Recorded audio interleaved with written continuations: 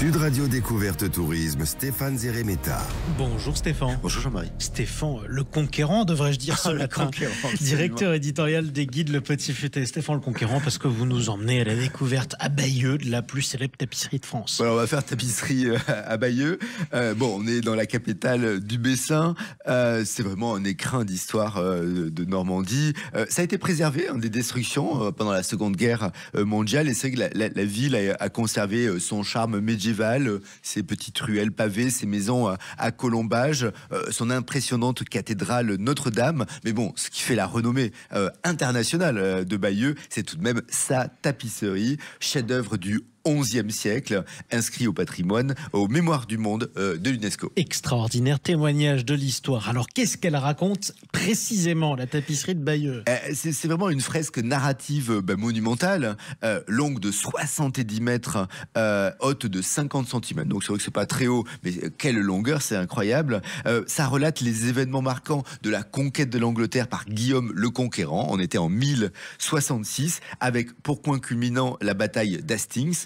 Alors scène après scène, ça déroule le récit très captivant qui mêle intrigue, politique, bataille épique, scène du quotidien médiéval. Autant vous dire quand même c'est écrit par les gagnants. Donc c'est écrit peut-être pas d'une justesse historique extraordinaire, mais en tout cas avancé. Et ça compte 600 personnages, 200 chevaux, il y a une quarantaine de navires, une multitude d'animaux. Donc c'est vraiment assez incroyable. Et aussi des figures mythologiques qui y sont. Exactement. Alors pourquoi elle est aussi exceptionnelle? Alors, déjà par sa technique en fait. Contrairement à son nom, c'est pas une tapisserie, mais c'est une broderie qui a été réalisée sur 9 pans de toile de lin à l'aide de fils de laine avec 10 couleurs principales.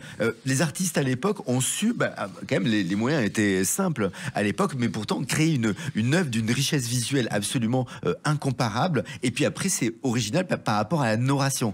Chaque scène est pensée pour captiver le spectateur. À chaque détail il y a quelque chose à voir et vraiment c'est subtil. Il y a des expressions sur les personnages, les mouvements des cavaliers, la fluidité des vagues sur les navires. C'est quand même pour l'époque d'une précision absolument dingue. Ouais, super. Alors comment on découvre la tapisserie de Bayeux aujourd'hui? Bon, alors cette tapisserie elle est exposée au musée de Bayeux, dans l'ancien grand séminaire. Il y a tout un espace qui est conçu pour la préserver, la mettre en valeur. La visite se déroule en 3 étapes. Alors vous allez pouvoir observer directement la tapisserie, alors très bien éclairée pour sublimer les détails. C'est vrai que c'est très bien fait. L'éclairage est magnifique. Il y a un audio guide. On a ensuite une exposition qui explore le contexte historique, sa création, son voyage à travers les siècles. Et il y a aussi un film immersif qui reconstitue les moments clés de la conquête, surtout la bataille d'Hastings. Et puis, alors, si je vous en parle aujourd'hui, parce qu'il faut quand même le voir assez vite, le musée a fermé ses portes pour rénovation en septembre prochain. Et ça va durer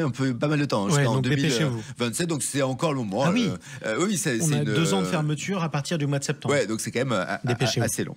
C'est noté, c'est bien noté. Alors, quelle est la place de la tapisserie dans la culture populaire? C'est cette tapisserie, elle continue de fasciner, bien au-delà des cercles historiques. Elle a inspiré des parodies, il y a des reproductions en Lego, des réinterprétations contemporaines pour raconter d'autres épopées, Star Wars, Game of Thrones. On peut y retrouver un peu de ces fameuses batailles. Il y a même des œuvres cinématographiques comme les Vikings, Robin des Bois, Prince des voleurs. Et l'influence a pu se transmettre jusqu'à certaines séries animées. On a pu la voir apparaître dans les Simpsons ou dans Shrek le 3e, vraiment. Et donc en tout cas c'est revisité avec humour et c'est assez amusant de voir ces différentes interprétations. Il faut dire que ça raconte l'avant-dernière invasion de l'île de la Grande-Bretagne. C'est important de le rappeler. Dernier mot pour conclure. C'est vrai que cette tapisserie de Bayeux, c'est une finesse artistique incroyable. Il y a vraiment un pouvoir narratif. C'est aussi un point d'importance historique. Donc qu'on soit passionné d'histoire, d'art médiéval, ou simplement découverte un peu de découverte unique, ça va savoir nous intéresser. Donc à Bayeux, c'est pas seulement un chef-d'œuvre que vous allez visiter, mais une page vivante de notre patrimoine. Et donc bien profiter, comme on l'a dit. Après, ça ferme en septembre, le temps de la restauration. Profitez-en. Merci beaucoup Stéphane. On vous retrouve demain avec le Petit Futé direction. Alors destination nature. On est vraiment très nature en ce début d'année et on partira en Slovénie.